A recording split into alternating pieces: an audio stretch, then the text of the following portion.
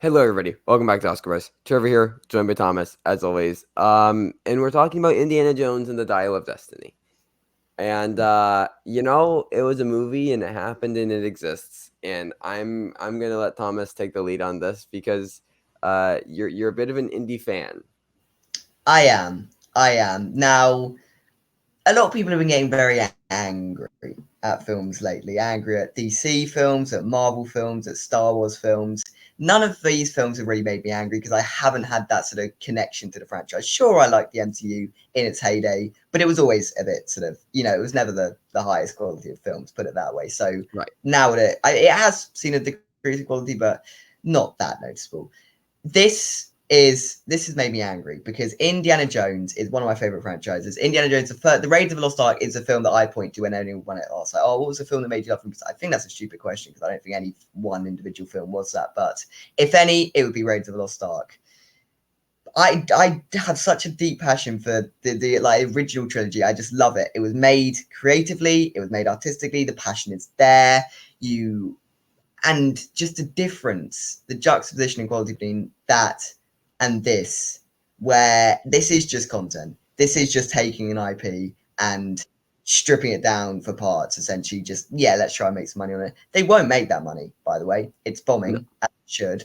But yeah, literally, this was made for money. It was made for nothing else. There is no creative ambition there. There is no ambition there in general. It feels very safe. It's like the safest way you Yeah. could have taken the story. The problems are fundamental and abundant, and which we'll get into all the problems with it. But yeah, this film made me angry in a way that a lot of other people are getting angry about other franchises that they love personally. So that's where I stand on This this is the film. most angry Worse I've seen you. than Yeah. Kingdom of the Crystal Skull. It's worse than Kingdom of the Crystal Skull. Sure, bit of a Kingdom of the Crystal Skull apologist, but it can't be that hard to make one that's better than that. I don't know how they failed it so hard, but I predicted that they would from the trailers, from all the marketing, and sometimes you don't want to be right, but I was right on this one. This one was dreadful.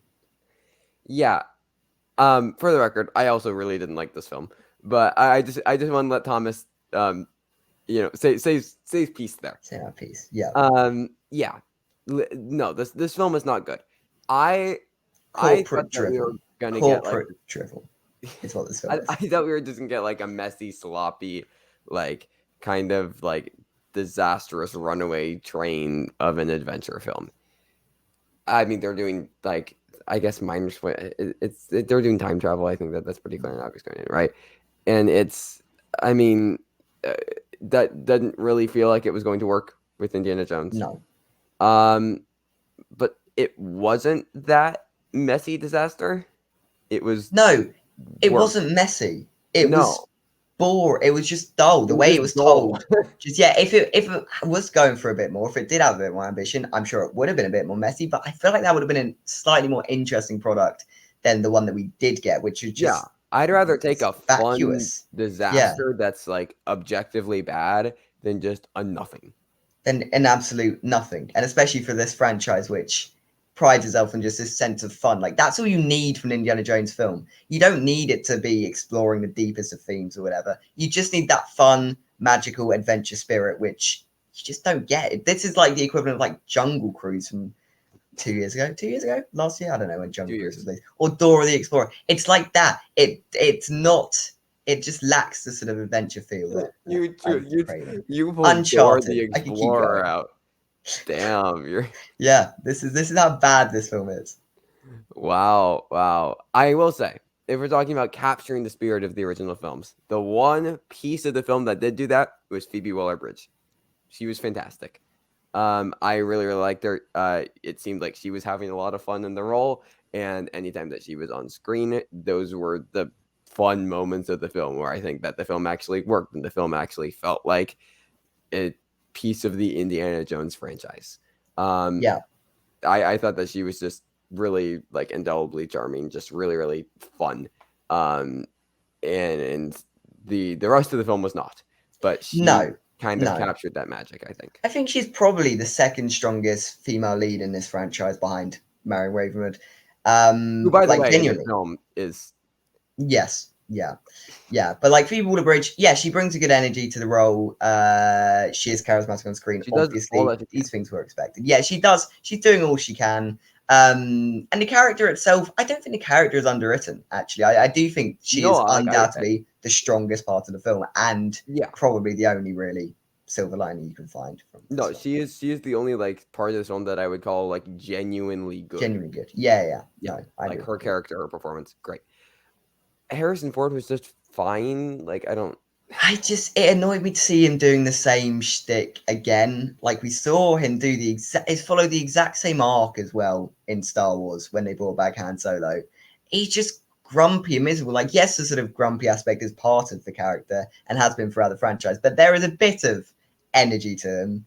In this film, I know he is old now at this point, but it just makes me question why they even felt the need to make it if you can't have Harrison Ford recapture. Money. I know, but if you can't have even the central character, the titular character, be able to recapture what he was doing in the original trilogy and the energy he brought to it, why are we doing this? Why? I genuinely would have preferred just a film about Phoebe Waller-Bridge that's like kind of set in the same universe. Yeah, that's sort of like yeah. I mean, it didn't even need to be an Indiana Jones film. Like genuinely, the only things that make an Indiana Jones film are Indiana Jones and the Nazis going after an archaeological object. That's all that makes it an Indiana Jones film. And like, I think Phoebe Waller-Bridge is doing like a Tomb Raider series where she's starting like cool, like do like more like fun adventure stuff with her because she's great. Yeah. I mean, all the other characters as well were weak. I thought Mads Mikkelsen. If Mads Mikkelsen is ever cast as a villain in anything ever again, I'm gonna have red flags because I feel like we've given him too many chances. Like, yes, he's a great actor, but Doctor Strange, Rogue One, To be Harry fair, Potter, it's not like he's Indiana been Jones. given the best of material. No, exactly. But whenever he's like cast, Rogue One, I feel like there should be a red flag now at this point when Mads Mikkelsen's cast. But yeah, no, his character I did think was underwritten. I did think he was suitably menacing, albeit just forgettable in my eyes. Well, that's the entire film. It's so forgettable. Like there are some like set pieces that should be incredible. Like the entire thing, like during like when they're going through the parade. Yeah. And like that should be like an iconic sequence in this franchise. And it had the setup and it had the promise going into it. It was like, okay, this is gonna be really fun. And it was just shot and it cut in the most boring, safe way possible that didn't try to do anything. It just it just felt like they were like, what is just the most like objective, safe, and obvious way that we can do the scene, and then they just did it. And like there was no flair, there was no like energy in the film. And I think there are two reasons for this which strike the fundamental problems with this film at its core. Steven Spielberg is not directing it, and Harrison Ford is not up to doing the sort of whatever he needs to in these action sequences. And if you can't get Steven Spielberg back and you can't get Harrison Ford doing these action sequences, why are we making another Indiana Jones film? It's beyond me. Like you're missing the two key elements. I don't think that like Spielberg is a necessity because like Mangold. He brought the flair to the action sequences. They were very fault. distinctive. I don't think it's entirely I'd more blame the studios for just choosing to make this film in general. I just don't see the point in it whatsoever. It's very much a studio problem because, like, I'm not the biggest James Mangold fan in the world. I thought Logan was like decent. Ford v Ferrari, I thought was fine. Girl Interrupted, I think is okay. Like, I'm not the biggest Mangold fan, but he is a very competent director and can impart a lot of style. Like, I mean, the car sequences in Ford v Ferrari are very well done, even if I don't love the movie as a whole.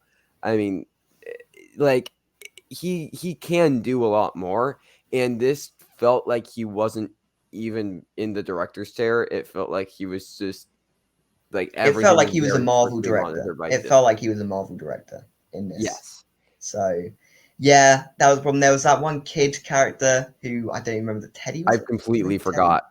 Yeah, but you could forget he was even in the film. To be honest, like he is so irrelevant. And the performance isn't great. I don't want to harp too much on it. I don't know how old he is. But yeah, we'll just leave it at that. Everything in this film is just it's so underdeveloped. Like I can tell you very little about the plot. And just because it mainly just wants us to go like, oh look, it's Harrison Ford as Indiana Jones. Isn't that cool? He's doing things that are vaguely like Indiana Jones. Watch it, Yeah. everybody. And then it's giving nothing, and it's also way too long to be doing Oh, that. it is way too long. And I mean, you look at the pacing within like the first three films of the first trilogy, and they're all very tight. They know what they're doing. They go. I mean, the plots are never that sort of special in these Indiana Jones films. It's more how do we deliver these epic action sequences, Right, which but they're one lacked. memorable. They're memorable. This one lacked that. Therefore, the story just felt like just jumbled and messy and It not felt that like it kept important. going, and then, Yes, exactly. It felt like, okay, well, now we need another action sequence, so we'll just do this, which I guess to an extent the other films in this franchise right. But then do you feel like shoot the that. action sequence in the most boring, uncreative Exactly. way possible. Exactly. So yeah, the story itself does have a lot of flaws, especially I think going in towards the third act, which I don't think entirely works. I get what they're going for. Are we doing spoilers? Yes. Who cares? Yeah, yeah. Spoilers, Which everybody. We can put yeah, it in the title or whatever. yeah, yeah. Like I get what they're going for with Indiana Jones and making the decision to sort of stay in the to sort of live in the past effectively Yeah, but if or he just doesn't, move to I the don't. future. And then he just doesn't make that decision, which I just think removes any agency from the character. And yeah, like I don't like I've seen people try and blame Phoebe Waller-Bridge. Oh, she's taking over. She makes it seem for Indy. Nope, that's not a criticism. The criticism is that you are just taking this character and Yeah, this key theme that is at play throughout the film is just decided for him and completely left unexplored. So yeah. Because once again, I'll make it completely clear and obvious. We are very big fans of Phoebe Waller-Bridge in this house. And yeah, there are two um, types of people in this world: people who dislike Indiana Jones because of Phoebe Waller-Bridge, and people who dislike Indiana Jones aside from Phoebe Waller-Bridge. No one yeah, likes Indiana Jones 5. That yeah. that that's not a type of Well, person that exists. There are two people. There are two types of people. yeah, but Phoebe Waller-Bridge is, getting an insane amount of hate for this performance. I wonder why. I don't Hmm. know. There must not be any reason why a very male based audience and a group of fans would be hating on Phoebe Waller-Bridge specifically. Who knows? But like, no, she's fantastic. She's the one part of this movie that's actually good and works. Yeah, So the fan service as well. At least if you're gonna do fan service, God, the Marion make stuff it is all great. right. The Marion stuff, Salad just sort of Being appears out there. of nowhere. He's just there. I was like, okay, well, that's cool, I guess. But yeah, I don't know what happened with this film. Actually, I do know studio Studio interference. Like happened. studios, they didn't let this film be anything, and I don't think they ever wanted it to. This was not made out of a place of creative passion and out of a desire to make the film. This was made as another piece of content It feels because like they content. couldn't let this IP, run its course. Yeah. And get ready for Indiana Jones 6. You won't believe how old he is this time. Yeah, yeah, yeah. No, Like, God, no. yeah. But I don't know. Do we want to talk about some award stuff? I guess potentially. I don't think it'll be up for March. Like Like the one thing would be score because it's score. supposedly John Williams' last ever score. Like for real this time. Yeah. I don't think he's doing anything. I don't think he's doing anything new. Like the indie theme's obviously there, cool, whatever, but I mean, there's nothing. surely there's a couple things that are new. And they Yeah, did just yeah, nominate him for doing 20 minutes of piano for the Fablemans. yeah. There is a chance John Williams gets nominated, but I don't know. I don't think it'd be really worthy. I don't think No, anything in oh, this film would absolutely be not. worthy of getting nominated. And then VFX. The VFX were fine. There's been I complaints think about the de aging, the and I de-aging was think that good. could hurt. The de-aging was well done. Should we Yeah, de-age there has been actors? complaints about it. There has been complaints about it. Oh, there So has been complaints. I thought it yeah, worked. yeah. I don't think it. I mean, a lot of what the opening, which the opening, by the way, easily the worst in the franchise. I think because at least the Kingdom of the Crystal Skull one is memorable. It's really silly the Kingdom of the Crystal Skull opening, but it's memorable. But yeah, the opening is in the dark, so I guess yeah, the de aging didn't really bother me. Yeah, yeah. I thought the de-aging worked well enough. I mean, will they nominate it for de-aging? Maybe. Maybe. I mean, I don't know. There were a couple of rough rough sequences, but like I don't really care that much. So we'll see. I think it could maybe at least get on the short list. As far as anything else, no. Probably not. No, no. Like, just no. I like, yeah, it's a bit of a mess. It's a bit of a mess, this one. But I feel like Williams will at least get nominated somewhere at like a precursor or something. Probably. That is likely. That is likely. So, but yeah, I don't know. Do you have anything else to say? Not really. I don't want to talk about this film much longer. Let's just pretend this film didn't happen. Didn't happen. They even wasted Toby Jones. Like Toby Jones and Indiana Oh Jones. my That god, I is forgot that he was in such this. a good combo of actor with film. But they just completely wasted him. Just completely. I I don't. fully forgot that he was in this. Yeah. Yeah. No. Bad film. Shouldn't have been made. Fundamentally flawed. But give me more Phoebe Waller-Bridge. Waller-Bridge. Yeah. Yeah. Exactly. Exactly. And also just watch Fleabag if you haven't. Do that, please. It's great. Anyways, what's your rating? 1 for Phoebe Waller-Bridge. I don't think it deserves any more than a 1. It's bad. I've never been You more gave this angry. a 1.5 on Letterboxd. Are you lowering it? Yeah, but Letterboxd ratings don't mean anything. You know this. They are based on vibes only. I'll maybe drop it down on Letterboxd even. Okay. Yeah, you seem quite annoyed. Yeah, Yeah, it's just nothing. I'm gonna throw this a 3. Like, Yeah, I didn't like Monte, I didn't want to unalive myself like during the Flash or Ant-Man and the Lost Quantumania. There were at least like moments and glimpses where like I was moderately entertained. But yeah, it's a very nothing movie. It's a very nothing movie. It didn't make yeah, me quite as upset, I don't think. no, and I think that is just purely down to the connection to the franchise. So Yeah, yeah, I just didn't care at all. no, no, yeah, exactly. Just another piece of content. Yeah, it's content. It's content. So, anyways, those are our thoughts. Watch it for yourself. If you think you'll like it, you'll like it. If you enjoyed the film, I'm happy for you. I'm honestly happy for you. I think we both wish that we liked it. Oh, yeah, Um, can't describe to you how much I wanted to like this film. I was skeptical all the time with the trailers, but even the few days before, I was getting excited. I was ready to see Indiana Jones, but alas, it was just as shit as I predicted.